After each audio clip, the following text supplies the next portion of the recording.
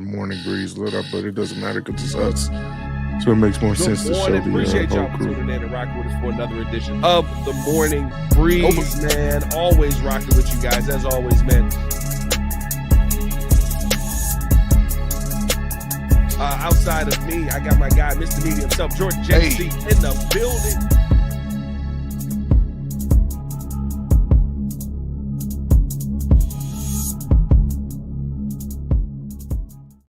Surprise! Oh, hey, Breeze Nation. What is going on? Good morning. Good morning. We got a whole new different morning breeze today on this fine Wednesday. We got the whole crew in the building this morning. What's up? What's up? What's up? Good we got morning, super producer Joel Hefner here with his nice Bears robe and GM Hope Hefner here. Yes, indeed. Oh my goodness. All right, he is smooth as a cat. All right. And we got the pettiest man alive as always. Helped me out yesterday. He's back again. P Kid in the building. What's going on, my boy? And of course, you got me, Mr. Meaty, Jordan JC. Today we got a lot of good topics, man. A lot of good topics. We're going to be well-rounded today on the Morning Breeze. The first one we're going to be talking about is Caleb Williams. Is he growing into a all-pro quarterback before our eyes? Also, the Bears asking for funding again from taxpayers. There's a report about $855 million for infrastructure in public funds. That's a no-no. And then we'll talk on the Bulls Media Day. What are we expecting from this team? Are there any expectations? I don't know. According to Arturis, he's preaching patience again. And then the Cubs wild card, we'll briefly go into that. They got a win yesterday. And so we want to talk about that, especially since it's the postseason. And so, yeah, got a lot of topics. We're all over the place today. But, of course, as always, we will start with the Chicago Bears. Our first topic. We'll be remiss if we don't shout out our Breeze Nation. Good morning, everybody. Okay, go ahead. Shout them out. In with us. I saw Crimson, you dig, #1 in the chat. My guy out in Seattle. We got Tony, Tsunami, Relentless Mikey in there, Dev the Dude, Stefan. All you guys, we appreciate you guys checking in, man. Baki said the super producer is getting too comfortable on the street. Yeah, I was about to say, I'm showing that right now. That's the first comment I'm about to show. You get too comfortable, brother. We hit Robo last time for the Morning Breeze. That's his morning breeze. This man is in the full robe right now. Yeah, he's literally you know what? It's the bit. I'm like, it's the morning. I got my mug. You know what I'm saying? Gotta get. By the way, get some merch, guys. Can we sell some merch around, please? Merch. We got mugs, we got hats, we got everything. We do. We got it. We got it. We got everything. I'm gonna buy some merch myself too. There you go. There you go. And as always, as we don't have all the bells and whistles and the soundboards with us, but as Pat usually says, the date is 10/1/2025. It is now 7:33 in the morning. And we got that. Okay, all right, thank you, Joe. There you go. So we are definitely looking forward to these topics. But the first one, as you see, is Caleb going into an all-pro quarterback? So we're just going to have everybody's opinion on that with all of the hype and the noise around him from a negative standpoint. I mean, for whatever reason, the talk about his fingernails has been brought back up. I thought that was a thing in the past. You know, there's a lot of pundits that are really crucial of every single thing that he does wrong, but they're not really looking at all of the things that he's done right this season after the first 4 games.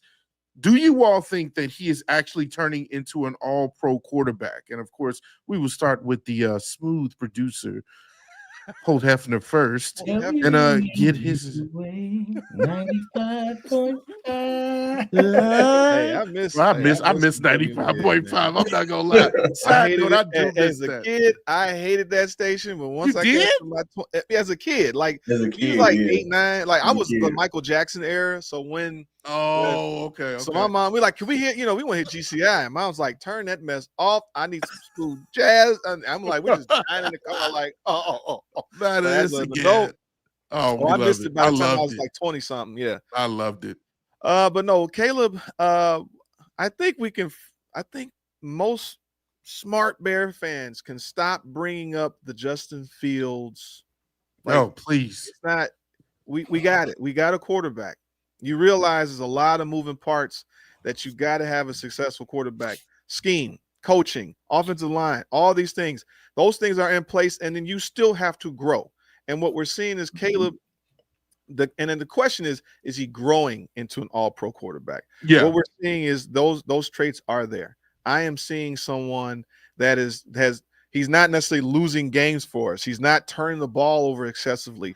He's being methodical to a point. Now, the issue is we're missing. It's those little things that we want to see him do where he's making those. He makes those hard. He makes the easy throws too hard, right? Like the ones that the throwaways, the layups. Just get those. But if anything, I'm liking to seeing his completion percentage is just, he's kind of on the lower end at 62.3, which is still technically good by most NFL standards, especially 10, 15 years ago. But a long time ago, yeah. As long as you're over 60, by the way, you want to be over 60, but to get to 65 and 67, close to 70, that's great. But I'm happy to see what he's doing. That I think he's going to do that, especially with Ben Johnson put him in position. Go ahead, Kid, if you got anything to add with Kid, it. what you got? The transition was poor. Jesus Christ, Kid. Yeah, I was going to do that, but Jesus Christ. I didn't want to dominate because I'm gonna come back to it, but I didn't want to just dominate. That's all. I was trying to be considerate. Well, thanks for not dominating, Joe. See, it's so happy. You don't want to take it. You just let the things come to you. I don't know if that's an innuendo or not. All right. Anyway, whatever. Here's an interesting thing for me. What are the makings of an All-Pro QB? Typically, one of the things that we look at is that clutch gene, the ability to take over a game or to have those big moments, be poised and deliver. And Caleb has shown that. He showed that last season, to be honest. We just didn't capitalize and actually win those particular games for a variety of reasons. But he showed that, hey, late game, no matter what, if it's been a poor game or not, he shows up in those moments.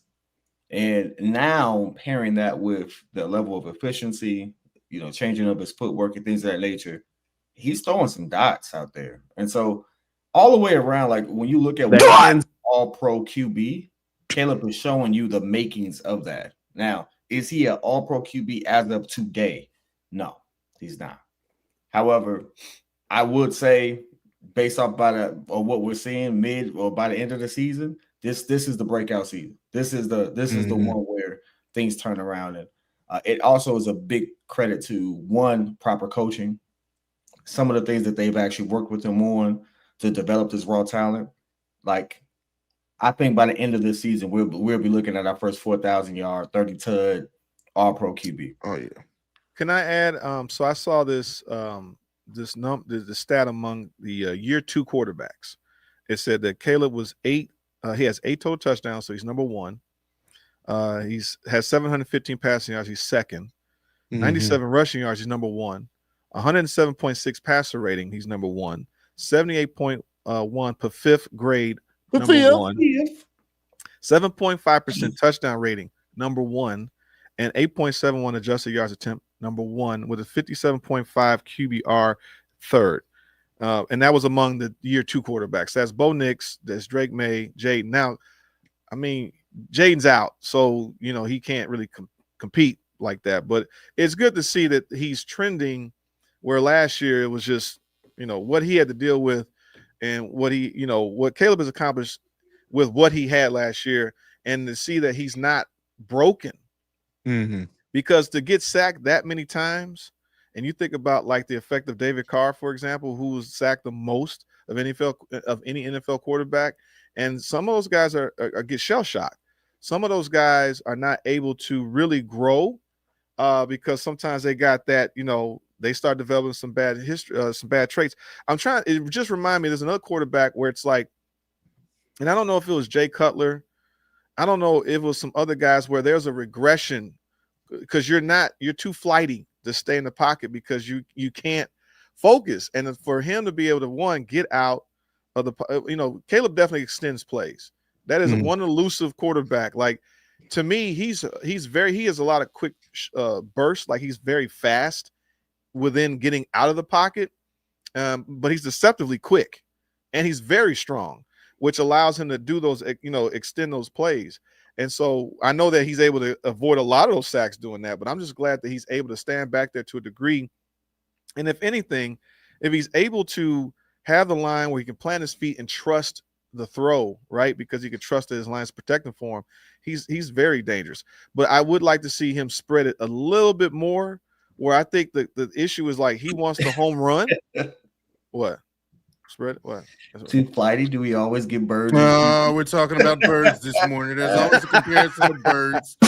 Flighty, Hail Mary, whatever. Pterodactyl pops. All of a sudden, Always those something pigeons about off of birds. Jay-Z's balcony showed up. Yeah, they're not there anymore. They're not there anymore. I'm just letting you know. But go ahead, Joe. You know what? But Debo actually asked a really good question. Does Dahlman fit Ben Johnson's scheme? Because it's like we're still seeing some issues. Like I'm waiting on that the line to really gel.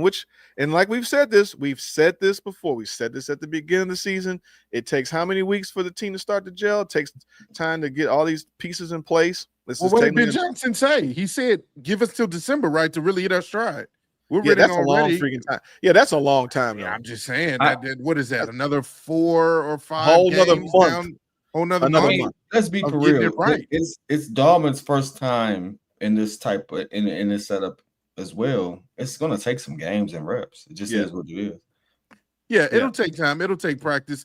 But my whole concern with Caleb growing into an all-pro quarterback, I think I'm on the same line as you guys. I think that he definitely is growing into a franchise quarterback. I think we need to stop having the conversation about is he going to get replaced or if this is the year that's make or break. That to me, that's always been a ridiculous conversation because the first year I feel like was a wash. You had 3 offensive coordinators, and he still did a decent job, right, navigating through that rookie season. This season, he has some numbers that are literally, like you all mentioned, tops in the league. And then there's another stat that I wanted to bring up, and you want me to be the stat guy today. We got a next-gen stat. Williams has the highest pass touchdown interception ratio at 6-0 and passer rating 136.3 versus the blitz this season. So we're talking about when he's actually facing more Under pressure, he's actually thriving. And you would love to see that. Like you mentioned, Joel, it's weird. It's like he makes the easy look hard. And the hard look easy because it's like the off platform throws, the throws where he's like zipping it to the sideline to try to get to Rome or whatever. Like those seem so accurate. Even the one to Cole where we were complaining about Cole not catching it and he kind of like smashed it on the ground. I'm like, bro, you that was right there to you, right to your hands. Yeah. And so I think as he continues to progress, as he continues to mature, you're going to start seeing him be more of a pure quarterback passer from the pocket as he gets comfortable. I like the schemes that they draw up, as you mentioned, with Drew Dahlman. Is he good for this scheme? I like to say yes, because he was one of the better run blocking centers that was out there when we first drafted, or not drafted, but acquired him and Jonah. Yeah, signed Jonah, him, and Joe Tooney. That was what the knock on them was, or the advantage on them is that they were all very good at run blocking. And so, hopefully Drew Dahlman can kind of get that together. We know that there have been some times where he looks like he's been taken advantage of early on in the season. I don't really know what his performance was like as far as like a deep dive this past game versus the Raiders. I didn't hear his name a whole lot as far as penalties, so that could be a good thing. But I think that the more we go here, even with the addition of Theo Benedict, who's probably going to be starting after the offseason, or rather the bye week ends, and we're going into Washington, I think that that might be an improvement as well. He's also a better run blocker than Braxton Jones. Then are we going to see Ozzie Trujillo maybe kind of be a mainstay at right tackle if Darnell Wright doesn't get his act together? We don't know. Those are two really top picks. One is a first rounder, one is a second rounder. So we'll see if they duke it out over there. But I think all of this, again, the line and the quarterback are kind of in tandem when it comes to him being more comfortable, him progressing as a quarterback, and then them giving him time and protection to get comfortable in the pocket. And so we'll see. Yeah. You got anything else for us? But you know what I'm excited about? We got over 100 in the chat. And then we're going to follow it back up. We got over 200 in the chat. Oh, yeah. Now it's time to salsa. I don't care. I'm unlocked. I am unlocked. You can't stop me. Every time Pat always wants me to stop and go back to the pumps. I'm like, the pumps were for the old day. I got to try something new. I'm tired of the pumps, man. Give the pumps away. Sometimes you got to do what works, Jordan. You know, it's I like it's changes. like when Timberland changed his drums. You know, No. we like the old drums. You like the old Timberland? No, I'm sorry. You know what? From a, It's like I the gotta old ask you, Kanye. We want the old Kanye. We don't want the new First of all, Kanye. I'm sick of King Book Awards. Stop saying dang it, JC. You accept the new JC, all right? We want I'm the in my old Kanye. Yeezus. I'm in my Yeezus phase now, all right? We don't want that. well, according I'm in my to Bound 2 Billboard, phase. Yeezus was one of the most influential. Actually, no, albums. you're right. Wait, no, You're right. we're not Yeezus- finna have that conversation. Well, Oh my God. no, the Yeezus. He didn't have wait. no graduation. it's No, Ye. Yeezus actually did change the sound of rap for a while. Yeah, it's Ye that's better than crazy. than We want the Yeezus so the old Kanye. Dropout didn't change rap. Dropout, Yeezus did. I'm sorry, but we're talking about his best albums. 808s and Heartbreak actually look, did it. We're gonna 808s go and into a Heartbreak whole actually. tandem going on that. I don't even want to even discuss that because that whole 100 list was insane. I'm sorry. I got questions. He does. But 50 Cent, I don't know why in the world did you not have Get Rich or Die Trying on there over the other one that he picked. What is going on? You know what? What are you doing? I didn't even see what you guys were talking. I saw it in Yeah. but I didn't get a chance to it's a interject. conversation. Maybe throw it in the Discord so everybody, all the fans, Doggy Style and the was Breeze number Nation 100. will know exactly what we're talking about. I really that list pissed me. Even Lupe's. You picked Fahrenheit over Look, food and liquor. We're getting Yeah. Well, you brought it Caleb up now. I'm growing going to into talk it. about We it. want pumps, and it's Caleb growing into an all-pro quarterback. Okay, So overall, the I can pass answer on is the yes. pump. I think we all agree.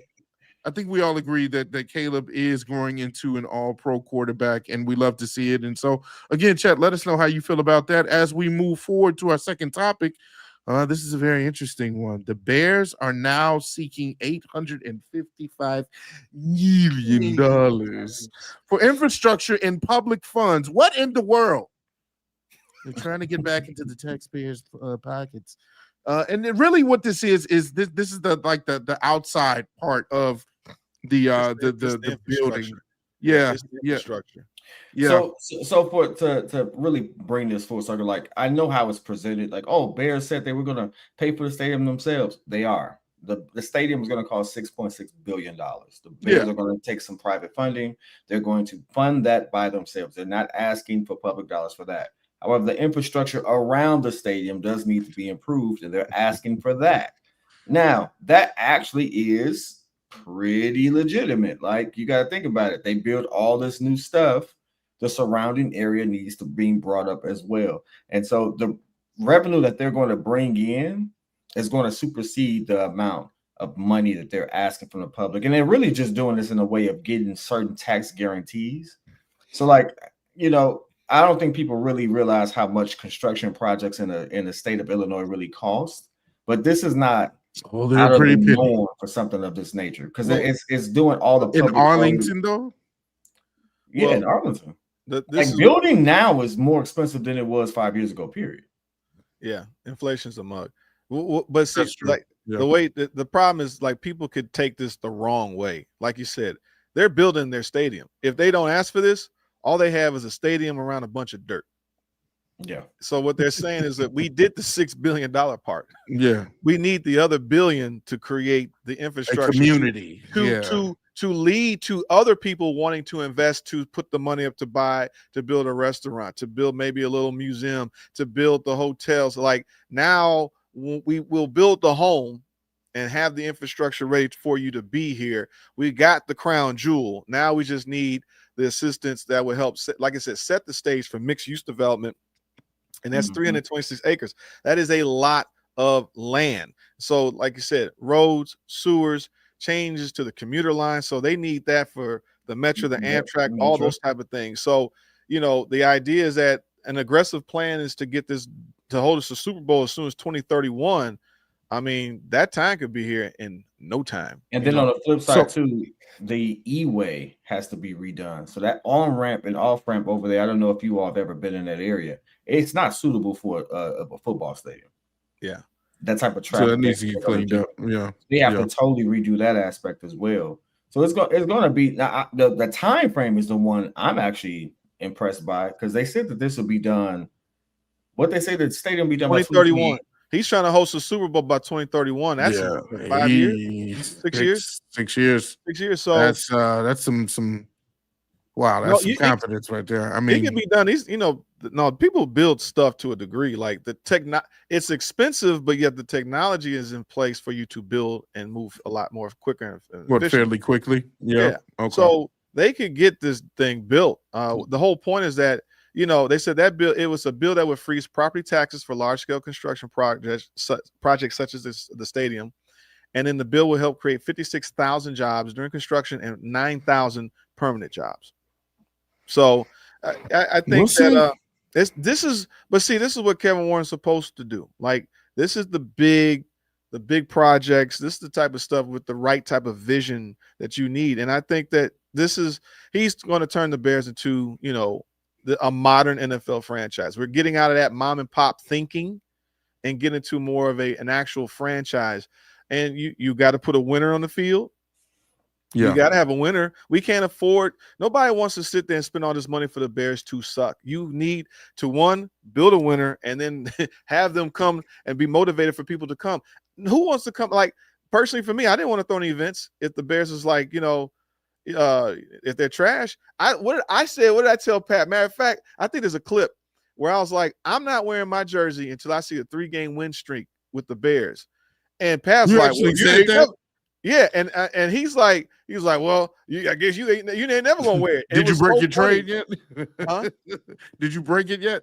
Are you still sticking to that? Yeah, well, these jokers have pulled off 2 games. They might actually win. If they win against, we're excited about 2-game win streak. It's hilarious. That's the least win. No, I said I don't want to wear a jersey until we get a 3-game win streak, and I didn't think that was going to be possible. And both of us have wagers on the table because I'm not going to a Bears game until we get a dome. Well, I'm going to. You might be going to Arlington then. We're going tailgating the week after. So the Saints game home, we're tailgating. So I'm gonna be up there. I don't even want to go to the game. Tailgating is so much fun. You are in the parking lot, so you're not going to the game. I said I'm not buying a Bears ticket if it's not a summer game. If it's not well, no, I hear you. No, I think, but the point is that you got to create the momentum. This is marketing. This is all these type of things. Mm-hmm. I've seen some of the comments about the Cowboys, right? And it's like Jerry Jones has been milking that dynasty for the last 30 years. Got all these people hyped up, but guess what? He got Jerry World built. He is single-handedly. I think he's taking advantage of every opportunity. What he's done for football is that he's the one that's really pushed. He's the single most important owner in football. He is, because he's pushed. Everybody else is just old, old time thinking of owning a franchise where you're like taking football to a global stage. What's the brotherhood talking about? He said, "Yeah, Ty allowed him to score 40." He's talking about the pack. Okay, they just going crazy. I was actually. I saw once Jimmy Hoffa got in there. I was looking at Joe Jay Critz. And went up too fast. I was looking at this comment actually. Shout out to Jay Crit, long-time supporter. Good morning, fellas. Yo, you guys get up. Got Joel up early, and he's wearing his good morning hat too. Oh, I didn't even think that's a double. Double entendre there. Nice one, nice man. Good morning. I like that. Yeah. Good morning to you guys. You know what? To close out this topic, no, I did want to kind of give some detail because I saw an article in the Tribune. Shout out to Robert McCoppin. Who wrote this, and he said the infrastructure such as entrance and exit ramps near Route 53 and changes to the adjacent Metro train line would cost $855 million in public funds. The report attempts on concerns about the price tag by pointing to gross tax revenue of almost $1.3 billion over 40 years. And so a Village Consultant's review of the team's report provided new details on the size of the proposed mixed-use development around the stadium, which plans to include 1,150 multi-family housing units, 2 hotels with 400 rooms total, 300,000 square feet of retail, and 200,000 square feet of office space. And so there's your reason for why, the need for all that money. That is going to be a big project. But I mean, like you said, it's needed. So obviously the attraction of the stadium, as you mentioned, Joe, you're not going to build a stadium and then everything around it is just not built up, or there's nothing to attract it. Yeah, there's no baseline. So we'll see what happens. We'll see when we look forward to seeing how that pans out. I What do like you got? J-Rock's comment because this is key. It's like the Bears organization, they're losing billions, being on the lakefront for only 8 games before Kevin Warren arrived. I'm happy that the Bears are able to progress. They don't Yeah. own that stadium. They lease that stadium. You Yeah. get you could be making, as an organization, as a businessman, it's a loser. You know, you rather own, and then you get to control the pipeline. You know, as a business owner myself, I'm starting to Oh, really here we understand go. that. But no, but he is 100% right. You and then you got and then the issue is that you're locked with these friends of the park. They don't want to budge at all. So it's like they want to protect the lakefront, and I get it. You want that aesthetic of the lakefront, all that type of stuff. But after a while, it's a loser. When you know it's a loser, you got to get out of it. If you can break it, buy out of it, do what you got to do. And this is, I think, a smarter business move. There was never a chance on the lakefront. No, well, the fact there was never a chance for a new stadium. On the fact that the friends of the park friends shut of the down parks, man. But when they shut down, what you call it, the George Lucas Star Wars Museum. You knew they weren't going to be investing in that. Yeah, that I know that would have been nice. That would have been nice. That thing's been going for 60 years, and you said no. There is I like that Cake Book of World. Yeah, Oxy is some more. But you know, it's a group of individuals that are just trying to preserve the natural lakes and the parks and things of that nature. So if you allow developers to keep coming in, and now you won't have a lake, you won't have the beaches, you won't have a pier. Hey Joe, how they take away that whole lake right there? What are you talking about? You say you won't have a lake. How? No, I'm talking about the lake. I'm talking about the lakefront. Like the whole idea is that if you allow all nothing but businesses along it, they're trying to preserve. It's going to take away the allure. Yeah, a lot of that comes from when Chicago was built, and it was one of the original architects. I'm trying to remember his name, but Burnham, Daniel Burnham. Like his vision for Chicago was what we see to a degree. And what's happening is over time they're trying to keep that vision alive in the sense of how it was built, how the original Grant Park was built. I mean, Chicago has changed a lot over the last since 1800s, but they try to keep it because like the river, they used to dock, and you used to actually have what you call it, the docks and freights and all that stuff. They used to do that along the Chicago River, but they've pushed all that away. So all you see now is just the beauty of the buildings, but they're trying to they just want to preserve that lakefront. Yeah. All right. Well, we will see what happens moving forward. We'll see how that pans out. Obviously, progress is being made on the stadium itself, and so we'll see what the infrastructure looks like around the stadium in the very near future. Next topic that we're going to be touching on is we're going to pivot to the Chicago Bulls. We know the season and everything is starting with them. They met the media a few days ago, and there were things that were said by Arturas Karnisovas. There was things that were said by Billy Donovan. You had Kobe White. You had Manos Buzelis. And so we're just going to kind of do a round robin on this briefly to talk about our expectations. And you want to talk about an organization that has, in my opinion, some very low standards. We're about to see exactly what we can expect from this Bulls team. Now, I will say they seem like they're committing. You're going to rock the Bulls head now. We're changing. We're pivoting. Hey, listen. I'm going to throw this hat right off in a second. Don't worry about it. But we're going to see exactly what the expectations are for this team. Not too high, not too low. But, Joe, we're going to start with you. Do you have any expectations based off of anything that you heard from Bulls Media Day, whether it be Arturas preaching patience again for the 15th millionth time this beginning of the year, or anything that the players said? What do you think this Bulls team will do this year? Unfortunately, it's just the same, mediocre. And I honestly, I would have liked to see I'd like to see a new coach, tell you the truth. And Billy Donovan has the he's got the mob contract. That man is a bull for life. Yeah, treat you right for life. It is what it is. Like this team is until we can get fortunate to get the guy in the NBA, like Dallas somehow gets, they lose Luka and then they get Cooper. Ooh, nice. That was really nice of them to get gifted that. Until we can get that that star in Chicago, because that's how it is. The NBA is full of stars, and so until we get that guy, it's about the star that can run the team.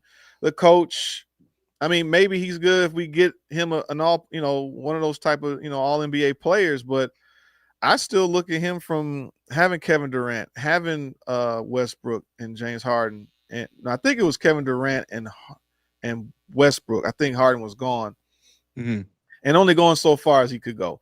And I just look at that like, I don't see us going anywhere. I think we're in the same spot, and I don't really have any real expectations. I think they're just what I'd like to see is, does the young guys like Modest do something? Does Modest grow into a player that I'd like to see? Second year, still young. Yeah.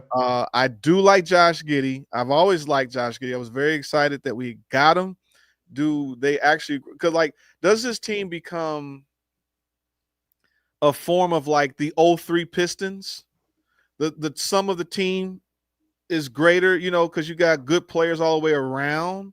Is that like the Tayshaun Rip? Yeah, like Wallace? Nobody really. Okay. There's no all stars to agree, even though most of them were. But like it was a good team.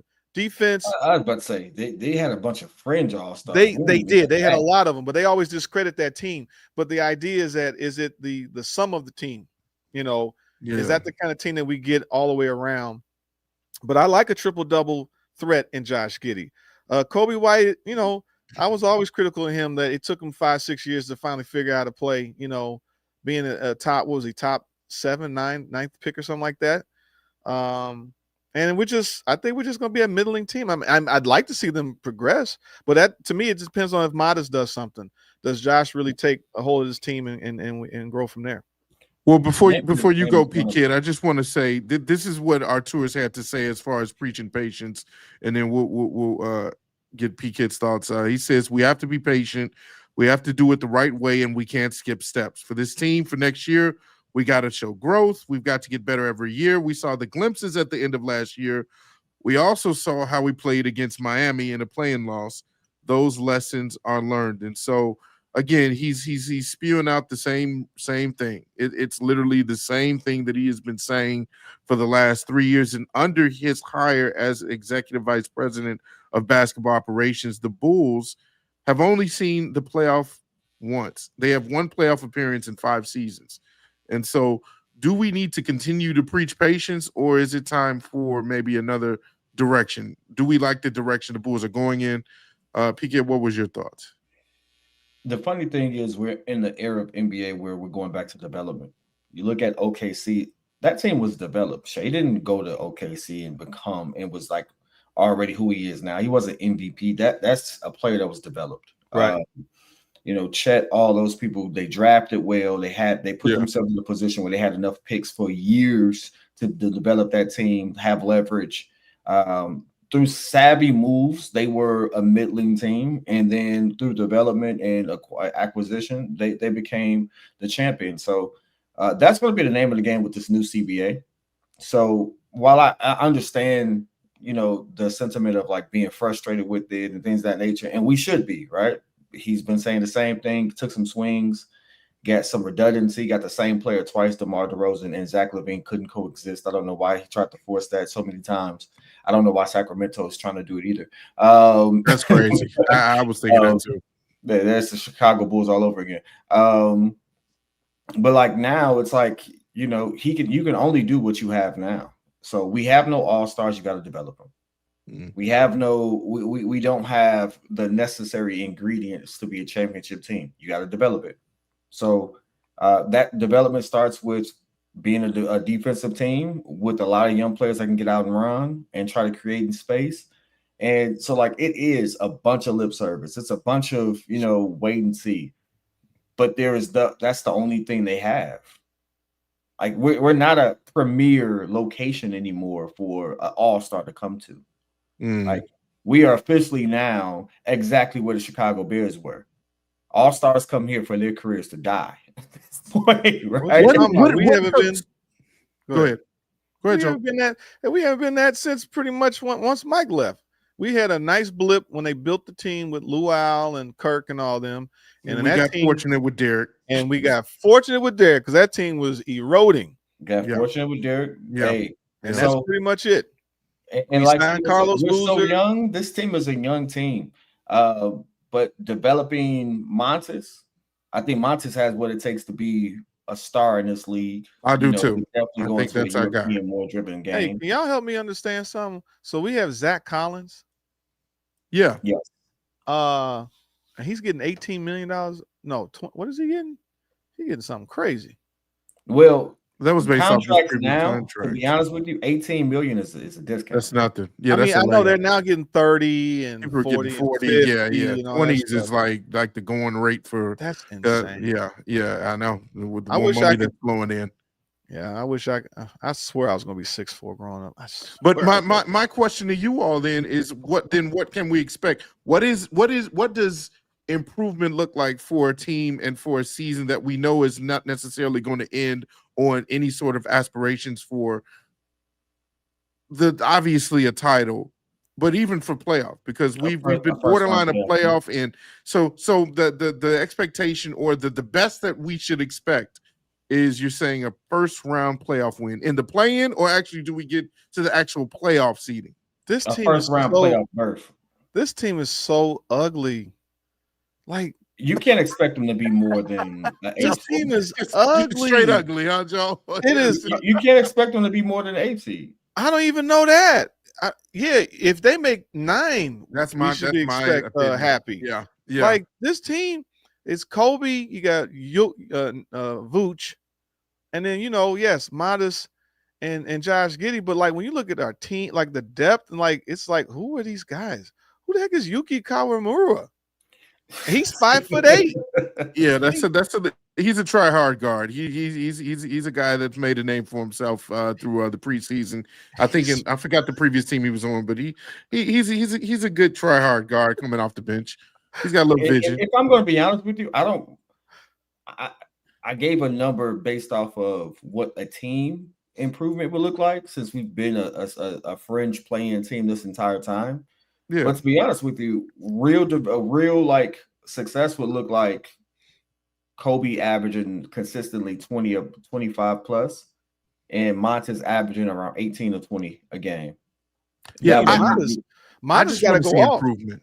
Yeah, I just want to see improvement from Modest. That is where I hang my hat, because, as Joe mentioned, you need a superstar to really take that leap forward. And so, do we invest in developing a player like Modest, kind of like you mentioned with OKC, where when they got him, he wasn't fully a superstar, and then he just butted into one overnight? Yeah, do we have the development team and the infrastructure around Modest for him to be that guy? That's the question, because I mean, Jimmy Butler came through like that, right? Yeah, there are guys that can come through the cracks, unexpected. I mean, I'm not gonna lie, I haven't checked out anything. So you guys tell me, how's our rookie doing? Noah Essenguay. To me, he seems very up and down. I feel like he needs a little bit of time. He needs some more strength.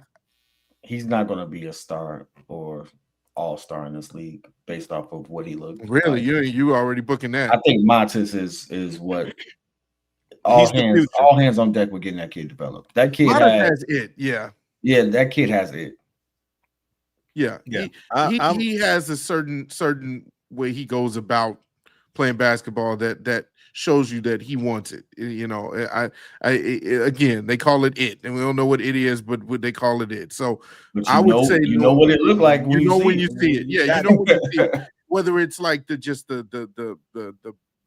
aggression, like the type of attitude he has when he's scoring, and you clearly don't know, what it doesn't look like, because I invested a lot of time in Patrick Williams, and that didn't work out, and somehow he's still on the squad.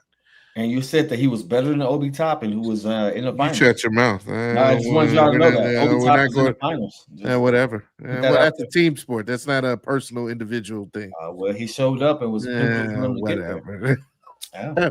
But no, so again, the expectations, the Bulls have been 39-43 the last 2 seasons. And so, I mean, do we at least get to 500? Yeah, I know that's flaccid, but the only way we get to 500, the only way we get to 500 is that other teams have fallen off in the East. Who got worse in the East? Because otherwise, we're in the same kind of spot. The Bucks. There you go. The Bucks got worse. Yeah, because you lost Dame. I don't know who. Yeah. Who else got hurt? Cleveland's Philly got good. Philly got older too. I mean, Indiana's still bringing good, back right? same people. Indiana's gonna be trash this year. They lost Miles Turner. Where did he go? He went to Milwaukee. No, he went to Milwaukee. He did go to Milwaukee, didn't he? Yeah, Miles Turner Right. signed with the Bucks.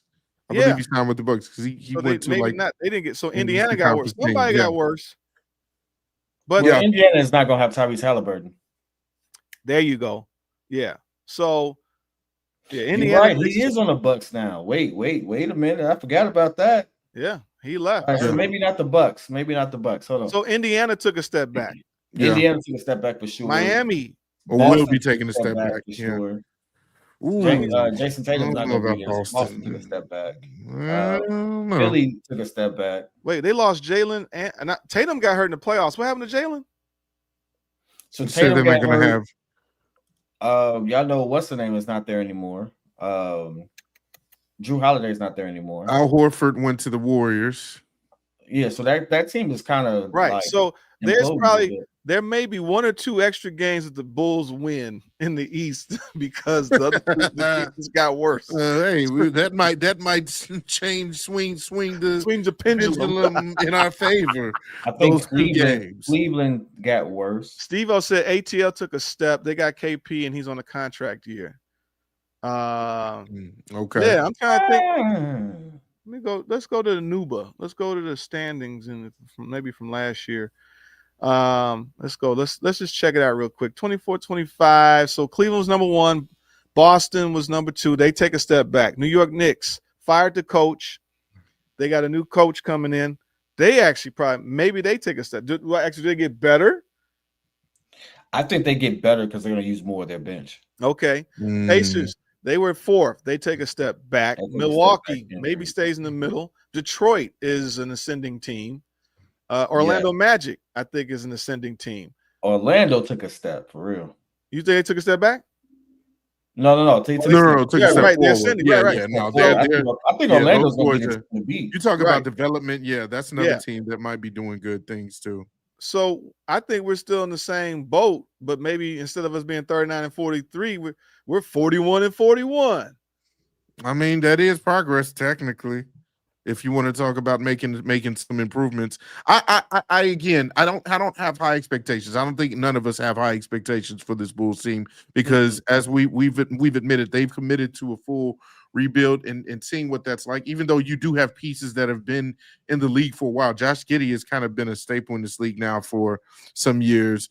We've got Nate Kobe White's been here for some years. IOs, so again, I feel like this is all centered around the development and progression of Matas Buzelis. He looks like the guy that is going to be the potential star for this team. What do you got, PK? Time out. We actually might make the playoffs. That's my baseline. We actually might make the playoffs. Because the bar is low. Yeah, you can make the playoffs at 10. No.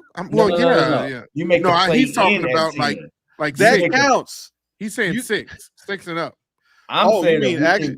I'm thinking we're gonna be a 7 seed. We're gonna be in some play-in action. Is a play-in? Oh, okay. So you don't get me wrong. I do expect us to be in some play-in action. We got to fight. I thought you meant like we're gonna automatically be in the playoffs. But there's only 3 teams I would say like are definitive. Oh, we forgot about the Nets in the East. What did the Nets do? No, the Nets they were behind us. Cam Thomas.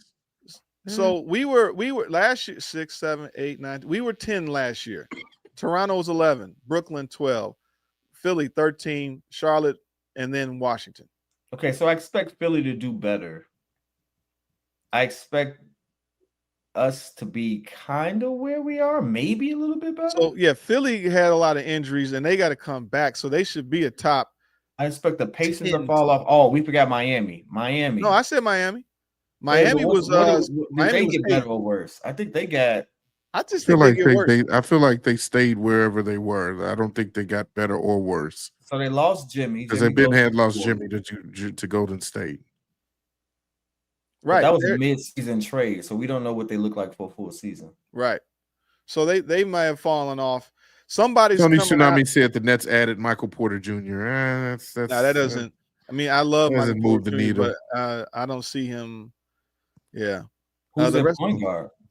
So Baki said the rest of the East could have teams full of Kwame Browns and Cristiano Felicios, and the Bulls will still not make the playoffs.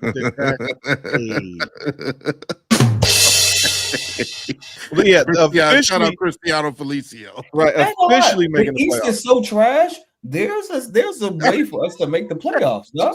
So that's the baseline. Where everybody else has regressed so badly that now the Bulls will actually look good enough. I mean, that's what I said. So many times, absolutely. Yeah, Indiana is probably dropping. They were top 4. They're dropping out.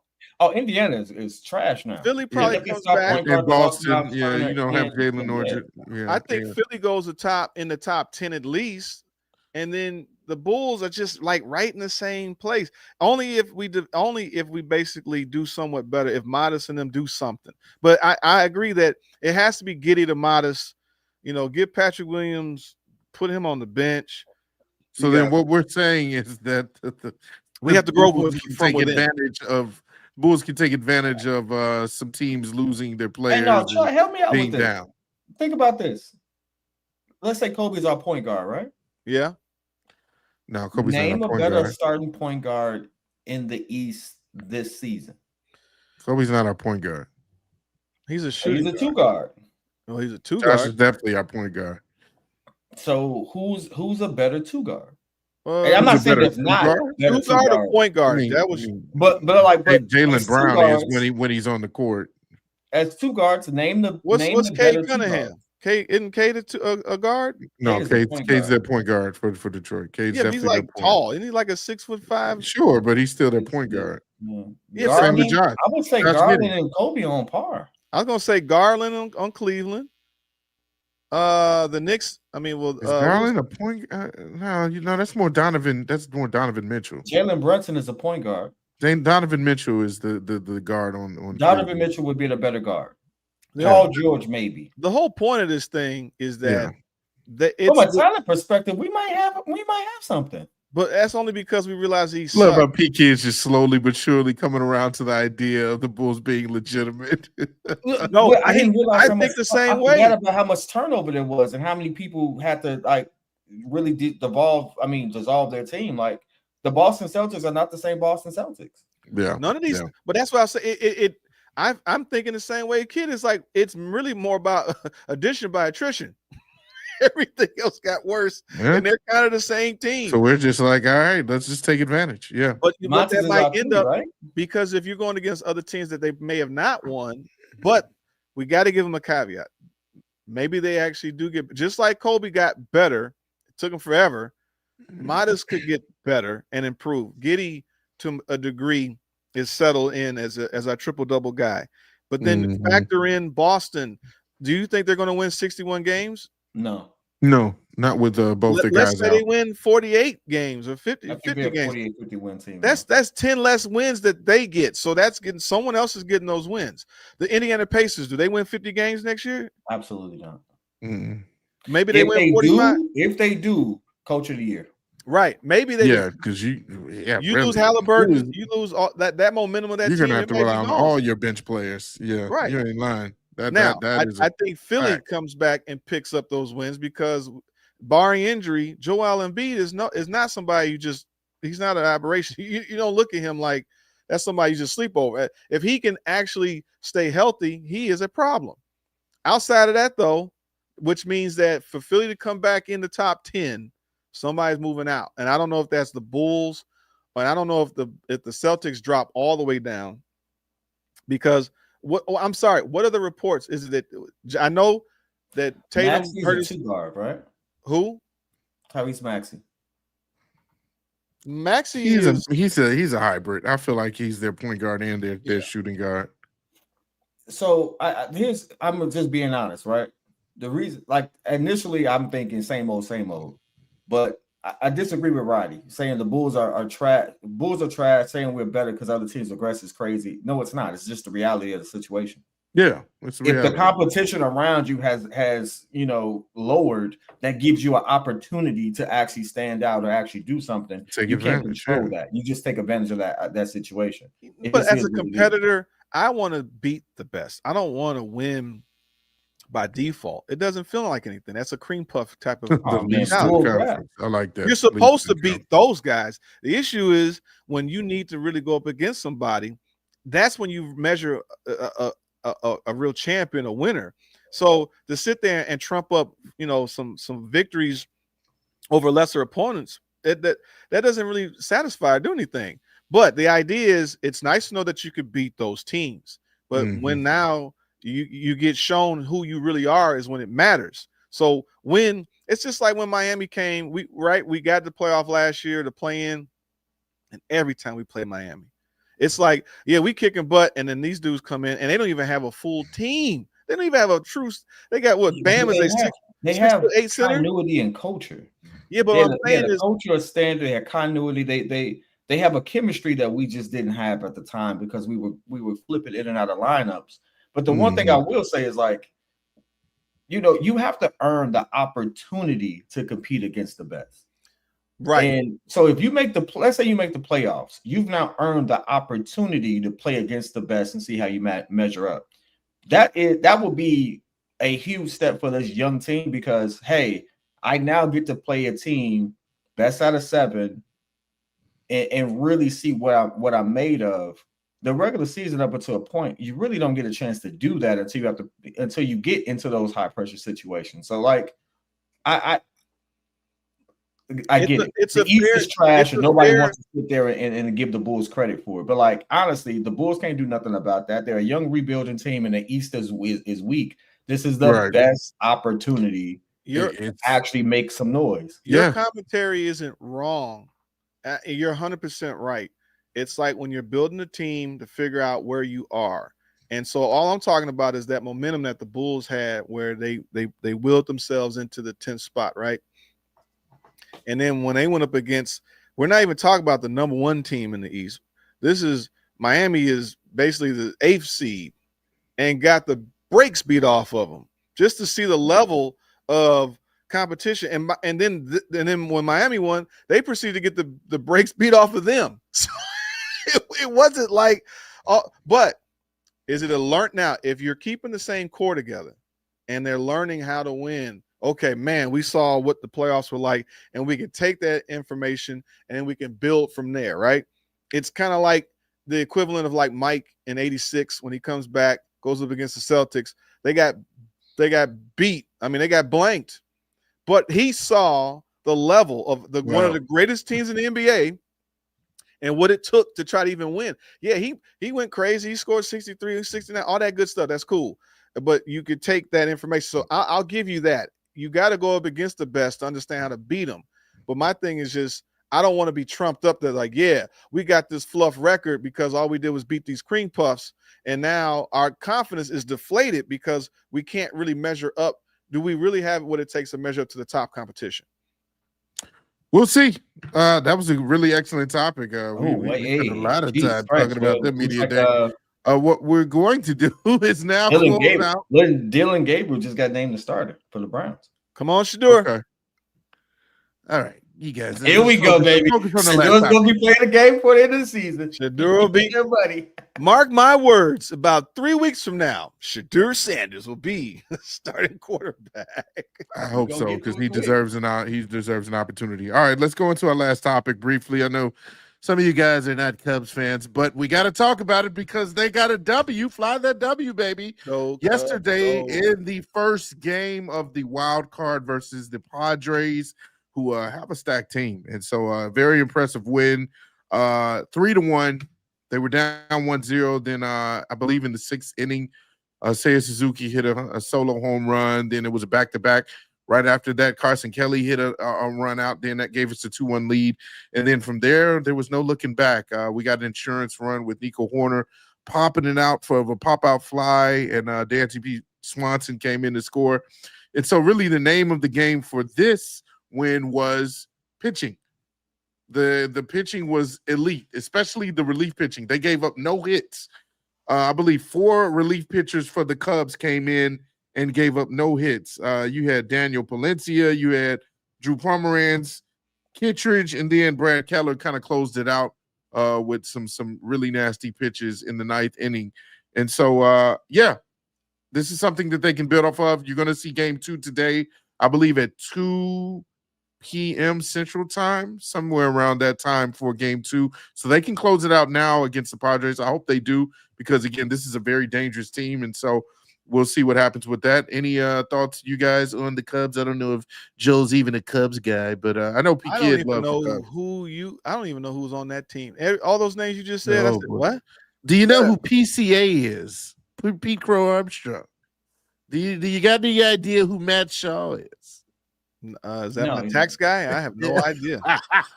Matt Shaw, the tax PCA is that what is that? PVC? PVC piping? I know what that is. Yeah. Oh, shout out to True Blue. Plumbing. Shout out to True Hey Blue. man, we gotta. So I did a that Cubs rooftop. It was like an all you can eat thing, all you can drink thing. To the 7th inning. It was like a really nice spot, right?